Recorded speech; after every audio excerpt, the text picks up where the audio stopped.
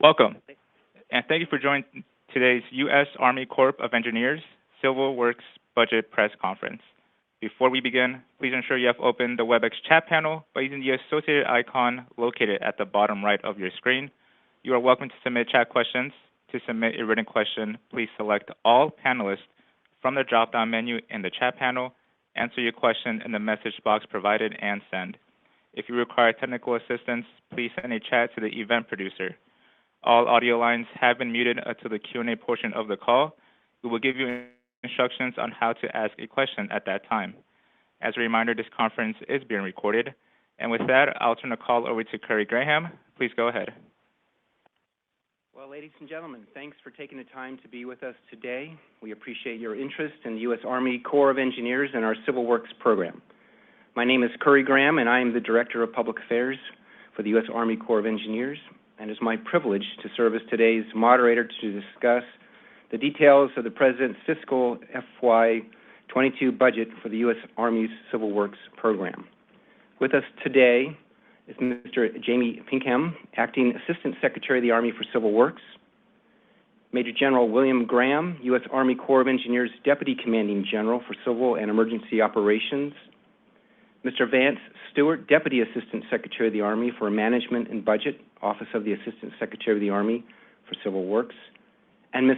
Stacy Brown, U.S. Army Corps of Engineers Civil Works Chief of Programs Integration Division. Before we open for questions, Mr. Pinkham and General Graham will make opening statements. After their statements are completed, we will open up the net for questions. At this time, I am pleased to introduce the Acting Assistant Secretary of the Army for Civil Works, Mr. Jamie Pinkham. Mr. Pinkham. Thank you, Curry.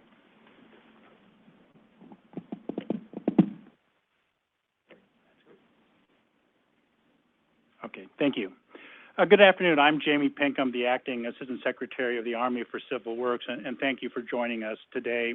And it's a pleasure to be here with General Graham as we share information about the President's fiscal year 2022 budget for the Civil Works program for the Army Corps of Engineers. The fiscal year 22 budget request includes roughly $6.8 billion for the Army Civil Works program, which is the highest annual budget ever proposed. It focuses on investments that will yield high economic and environmental returns while increasing resiliency to climate change, facilitate safe, reliable, and sustainable commercial navigation, and accelerate and improve the delivery of water resources projects. This budget relies on a foundation of strong relationships between the Corps and local communities, which allow us to work together to help develop, manage, restore, and protect the nation's water resources. And the budget focuses on the three main missions of the Army Civil Works program: commercial navigation, flood and storm damage reduction, and aquatic ecosystem restoration.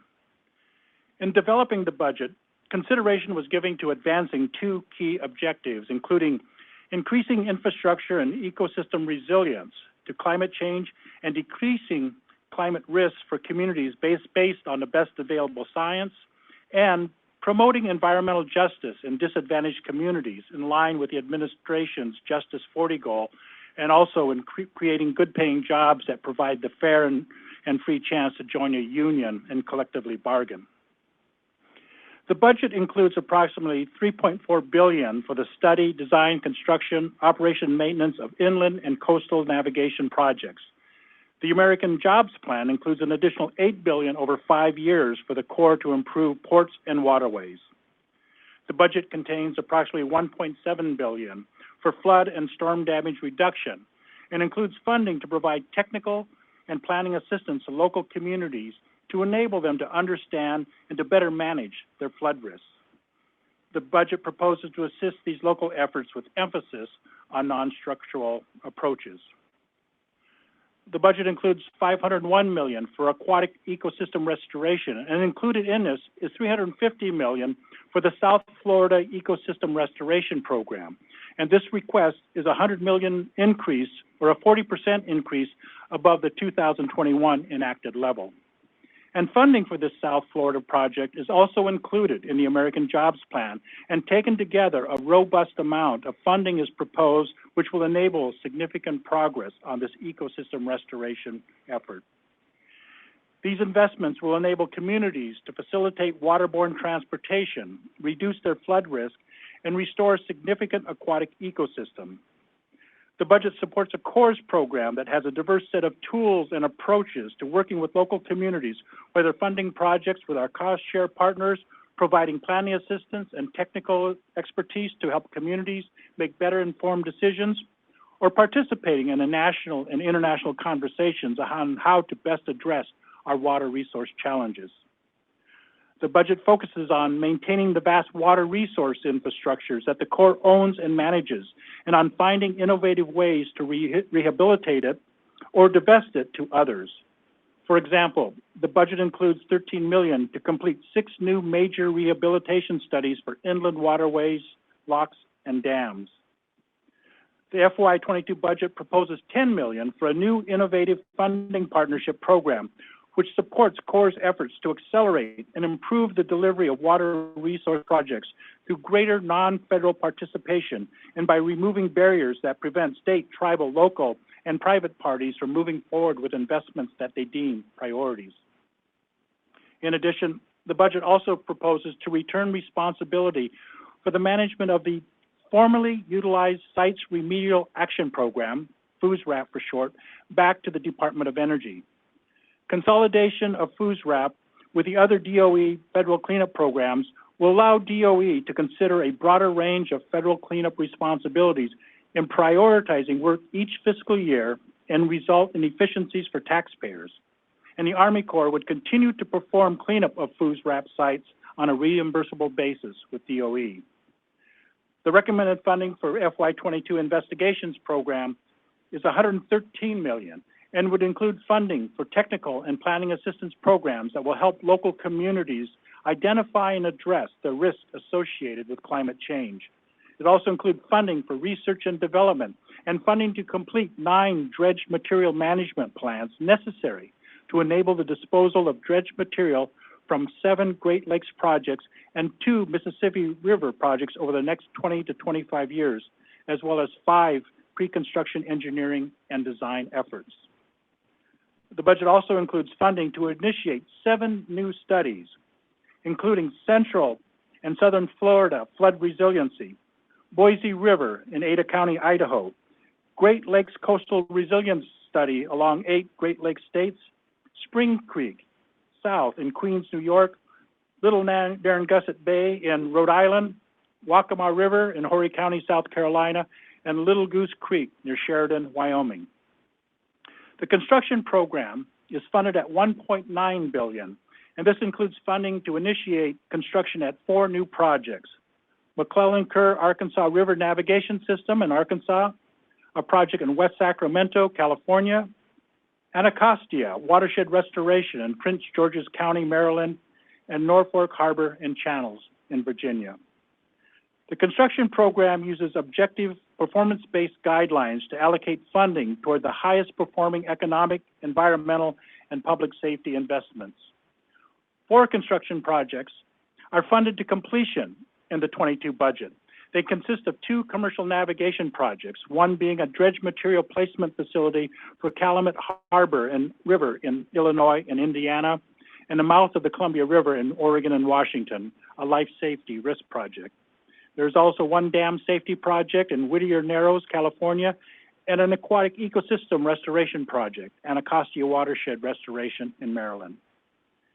The American Jobs Plan also includes in the construction account $2 billion over 5 years to cover the federal share of coastal navigation construction projects and $780 million to cover 65% of the cost to complete construction of ongoing capital improvement projects and major rehabilitation of existing navigation and construction projects.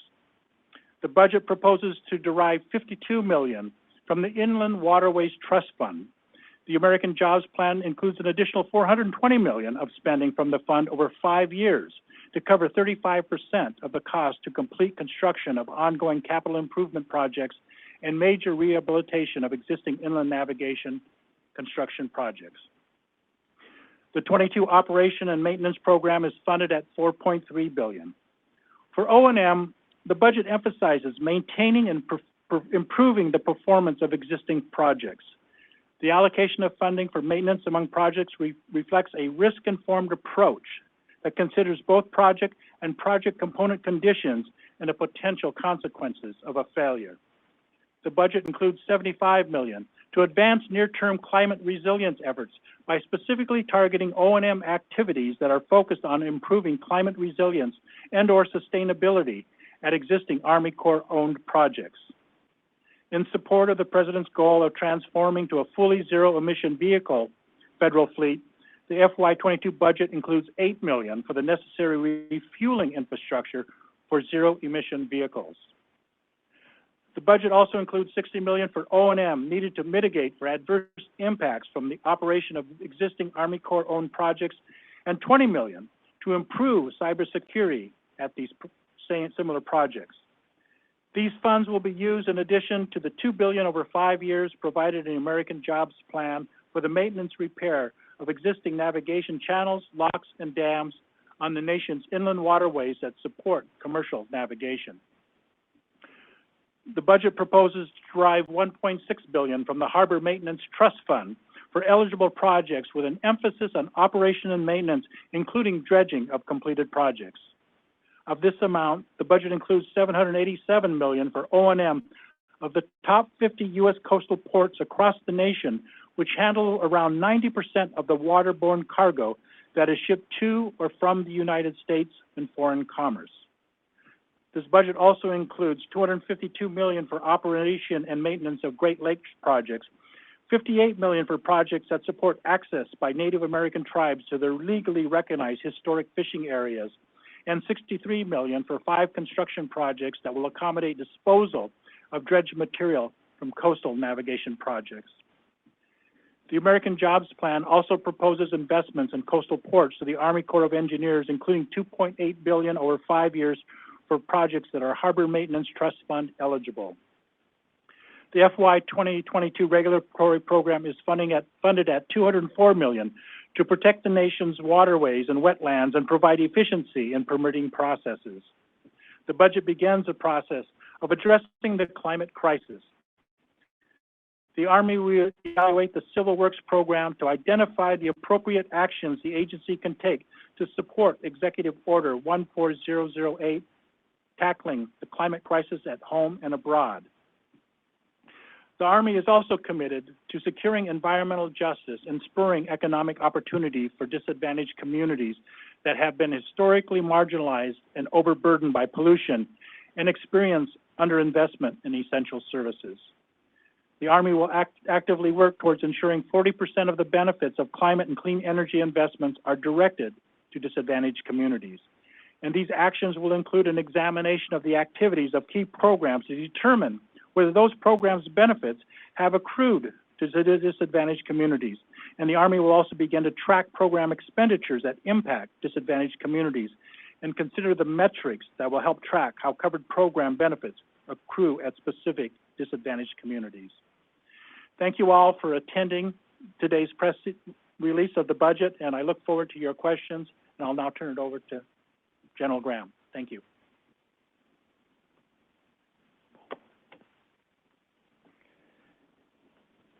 Thank you, Mr. Pinkham, and thank you to everyone who's taken the time here today to join us virtually. I also want to extend greetings to everyone from Lieutenant General Spellman, our commanding general, who could not be with us here today. Sir, once again, we appreciate your leadership and look forward to our continuing work and the work we're doing with your staff to address a wide range of water resources challenges that are facing this nation. I also want to thank the USACE staff and the Assistant Secretary of the Army for Civil Works staff for their efforts in getting us here today. Rolling out the annual Civil Works budget takes a lot of cooperation and coordination to work out all these many, many details. Well done to all of you. Successful Civil Works project delivery supports the nation's current and future water resources infrastructure priorities. Our goal here in the Corps of Engineers, as always, is to safely deliver quality projects on time and below budget. Mr. Pinkham has already provided a great overview of the FY22 President's Budget, and I'm just going to add a little bit of amplifying information and a few more details that I believe you'll be interested in. So I'm going to start with recapping again the construction budget. The FY22 construction budget funds 25 projects and programs comprised of 9 commercial navigation projects, 8 flood risk management projects, and 8 aquatic ecosystem restoration programs. Looking at a few of these in more detail, 4 of those construction projects are fully funded to completion. And again, those are Calumet Harbor and River in Illinois and Indiana, the Columbia River at the mouth of the river, split between Oregon and Washington, one dam safety project, the Whittier Narrows project in California, and one aquatic ecosystem restoration project on the Anacostia Watershed Restoration Project here in Prince George's County, Maryland. For commercial navigation, the top 3 funded construction projects include $480 million for the Sault Ste. Marie Lock and Dam, which we call the new Sioux Lock and Dam up in Michigan. It has $140 million for the McClellan-Kerr Arkansas River Navigation System, or the MCARNS, in Arkansas, and $83.7 million to deepen the Norfolk Harbor and channels there in Virginia. Construction for flood and storm damage reduction projects, the top 3 funded are $219 million for the aforementioned Whittier Narrows project in California, $156.9 million for the American River Common Features, also in California, and $136.5 million for Pipestem Lake in North Dakota. Looking broadly, the FY22 President's Budget provides a total of $359 million for dam safety, dam seepage control, and dam static instability correction work at dams owned and operated by the Corps of Engineers. For aquatic ecosystem restoration projects, the top 3 funded construction projects are, as was already noted by Mr. Pinkham, $350 million for the South Florida Ecosystem Restoration Project, $33.2 million for the Upper Mississippi River Restoration Project in Illinois, Iowa, Minnesota, Missouri, and Wisconsin, and $30 million for the Anacostia Watershed Restoration Project here in Maryland. So that was it for what I wanted to highlight on the construction side.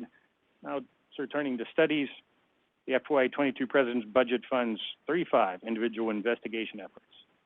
And those are our feasibility studies, our pre-construction engineering and design, and as Mr. Pinkham mentioned, the dredge material management plans. Of these, the budget funds to completion 9 of those dredge material management plans in 4 states, and it funds pre-construction, engineering, and design for 5 projects. And I'll list those now. 3 of those are aquatic ecosystem projects. Those are the Los Angeles River in California, Caño Martin Peña in Puerto Rico, and Westside Creeks in San Antonio, Texas. One of those is a flood and storm damage reduction project, Savingut Phase 2, which is in St. Thomas in the Virgin Islands, and one inland navigation project on the Gulf Intercoastal Waterway. That's the Brazos River floodgates and Colorado River locks project there in Texas. So in closing, these proposed investments in the Civil Works program are truly positive investments in the nation's economic well-being. As we have done for more than 245 years, the U.S. Army Corps of Engineers is working to serve the nation and engineer solutions to the nation's toughest water resources challenges. Thank you. So I'll now turn the press conference back over to Mr. Curry Graham, and Mr. Pinkham and I are happy to take your questions. Mr. Pinkham, General Graham, thank you for your remarks. So we'll now go to the phone line to give media and others who have dialed in the opportunity to ask questions. You're also welcome to send questions via chat, and we'll get to those and respond to them later with answers as best we can. Also, please remember to state your name and the organization you represent before asking your questions. Chris, please begin queuing the questions and send in the first question. Thank you.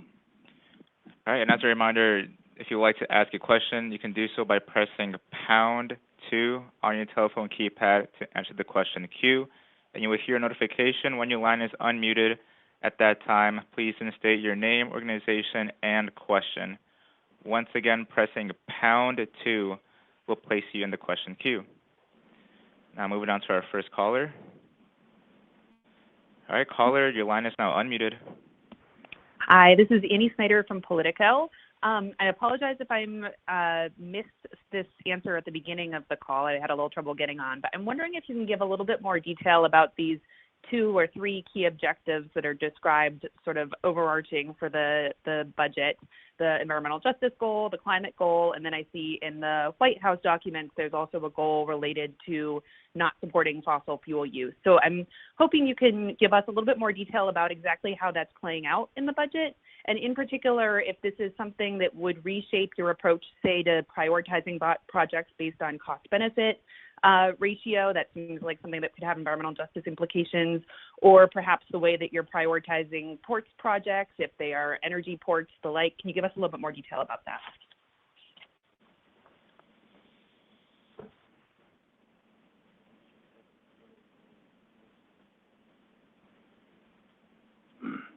Thank you. Yeah, it was quite clear during the first days of the administration to take a good look at the effects of climate change, and his early executive orders, the presidential orders around climate change, was to restore science-based decisions into this, and that certainly factors into how we're going to approach the next year's budget. The other one around environmental justice, and again, based on an executive order and the need to recognize that, the projects at the Corps is deeply involved in, whether it's protecting from flood risk management or the kind of services that we provide, has a far-reaching effect and does not keep the communities that have often been overlooked in isolations of the decisions and primarily the benefits that the Civil Works program provides to the nation. So it's our effort, our attempts to make sure that we highlight those programs and make sure that they're no longer overlooked.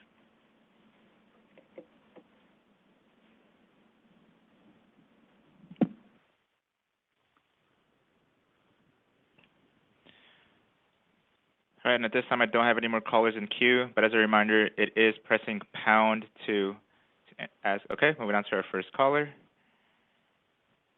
Hi, caller, your line is now unmuted. Hello, can you hear me? Yes, we can. Okay.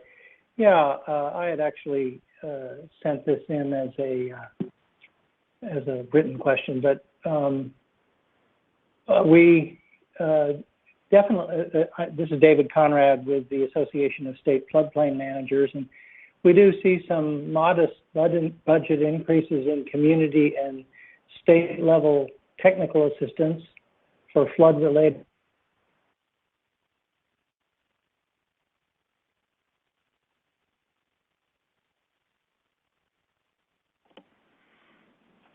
Chris, I think the caller dropped off. Over. The caller is still on the queue. Please make sure your device is not muted.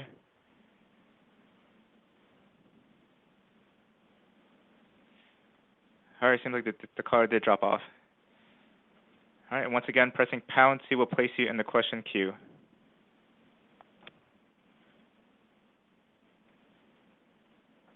All right, moving on to our next caller. All right, caller, your line is now unmuted. Hi, this is Hannah Northey from E&E News. Can you hear me okay? Yes, we can. Great, thank you so much.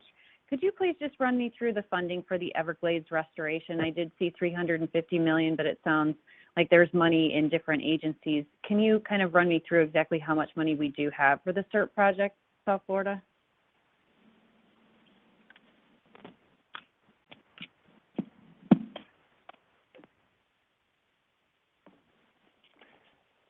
Hey, Hannah, it's General Graham here. For the South Florida Ecosystem Restoration Program, CFR, there's $350 million in the president's budget, and as Mr. Pinkham spoke to earlier, it's important that I reemphasize that that's $100 million above what was enacted last year, or for everybody out there doing public math, that's a 40% increase, which I think is quite substantial.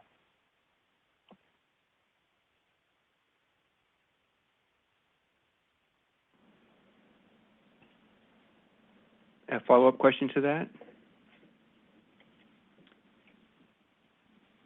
Yeah, I guess so. Yeah. Can you still hear me okay? Yes.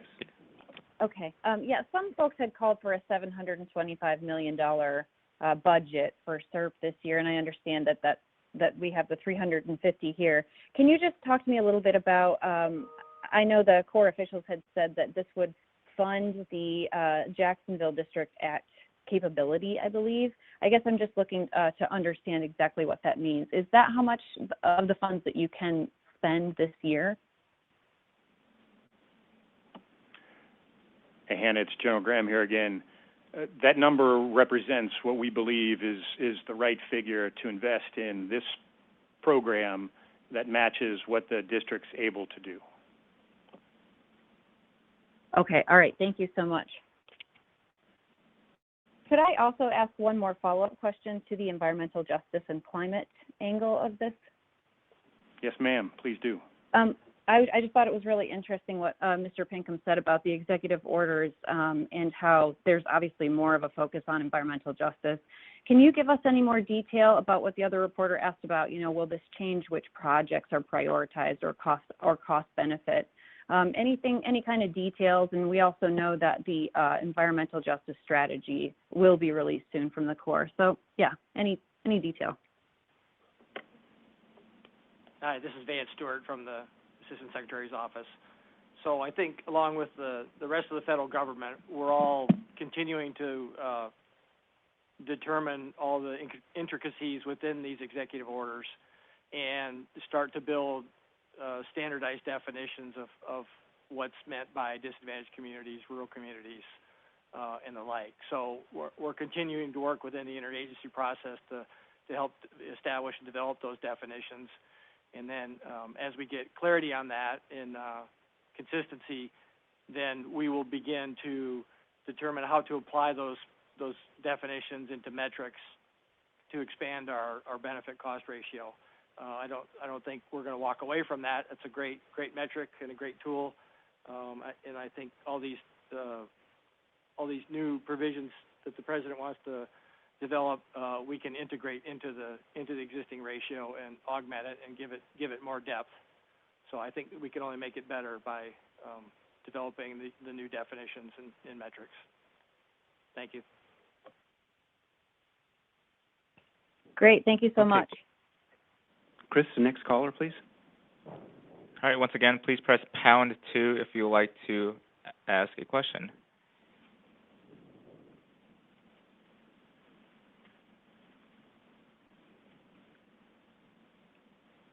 All right, moving on to our next caller.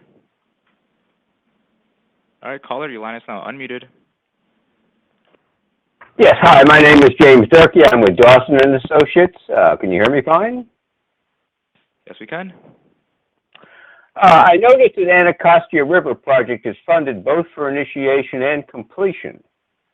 That's not usual, but I understand that it's not that big a project. It did bring back memories, though. Many, many years ago, when I worked in Programs Division, I got a call from our budget examiner who was looking for a project that could be put into the Corps budget without any provision for a cost-benefit analysis. It was going to look strictly at environmental restoration benefits. I mentioned that I had a candidate right in the Washington area. The local sponsor at the time was the Washington Suburban Sanitary Commission, and the district had said there were a good deal of environmental benefits that could be produced at a modest cost. It did wind up in the budget. It was the first environmental restoration project. It didn't seem to ever actually get to construction, however. It's nice to see it built.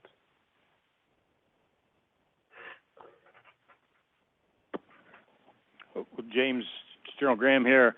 So we appreciate all the hard work that you did in the past to pave the way here. And so we, too, are delighted to see this moving forward.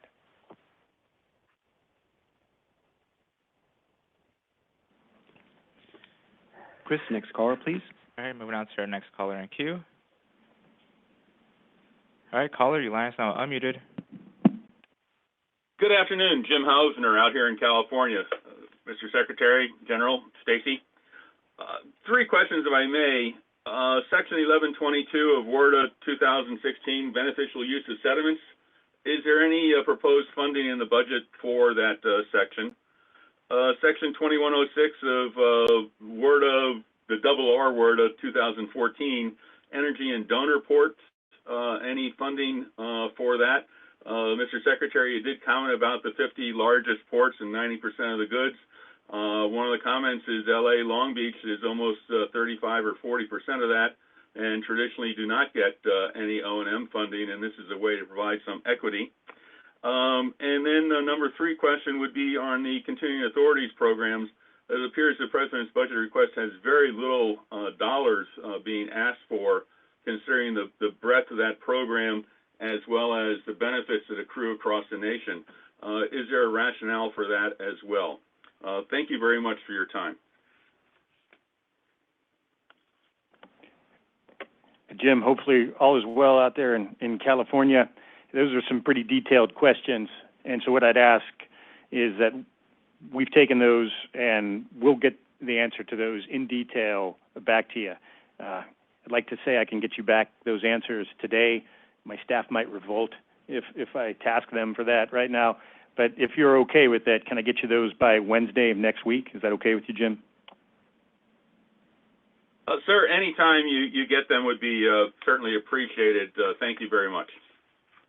Okay, thank you. And we appreciate you being here today. All right, and once again, if you would like to ask a question, you can do so by pressing #2.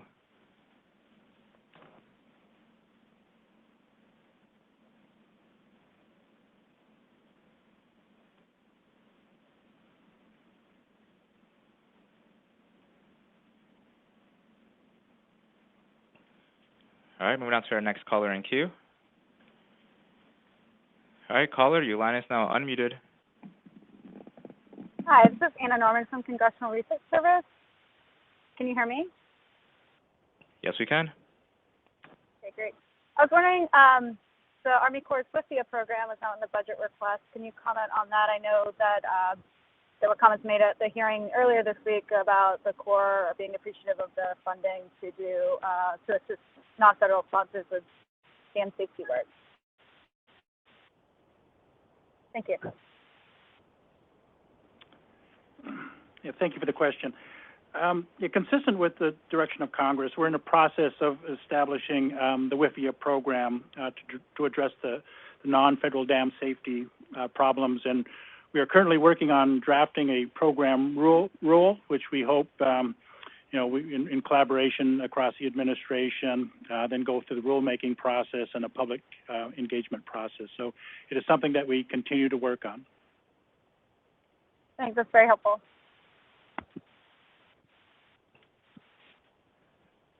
All right, and I currently have no more callers in queue, but once again, pressing #2 will place you in the queue.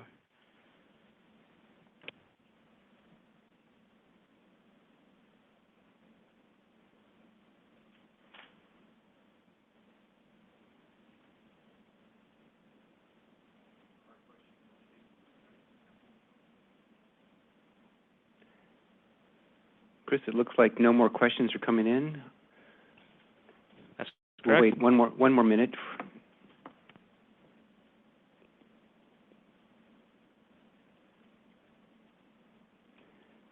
And for those listening, if you do have a question, and you can submit it in the chat, and we can get the answers back to you within a week, with as best we can. All right, and I do have a caller who just entered the queue.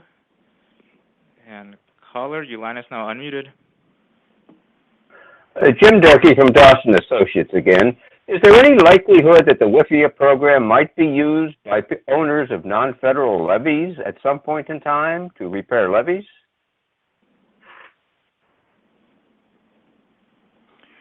For now, Jim, it's limited to dam safety.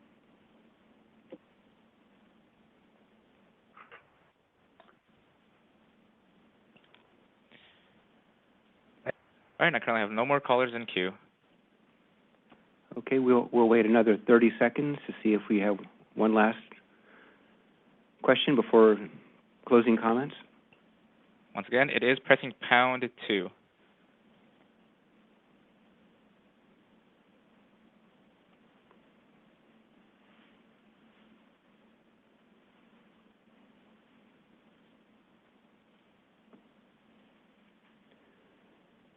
Mr. Pinkham, it appears that there's no more questions. Would you like to, do you have any closing comments, sir? Yeah, again, just thank the people for your interest and willingness to learn about the President's budget. But also let me close by extending my appreciation to General Graham, who's been a valuable partner in the almost month and a half that I've been here, and helping me see through the Army Corps of Engineers lens the significant contributions they're making, but also the valuable partnerships with people on the ground to help implement these programs and respond to their needs. So my appreciation to you, General Graham. General Graham, any closing comments? No, Mr. Pinkham, we're delighted to have you here, and we appreciate your leadership. I think we've got a great budget here, and now we just got to deliver it, and that's our commitment to you and the American people is to deliver quality projects on time, below budget, and to do that safely with our contracting partners. So thank you, sir, for your leadership. So everybody online, thank you for joining us today, and thank you, Chris, for managing our callers. If you have any questions, please, again, you can go on chat or contact my office, and we'll get back to you. That concludes today's budget rollout. Thank you. That concludes our conference. Thank you for using Event Services. You may now disconnect.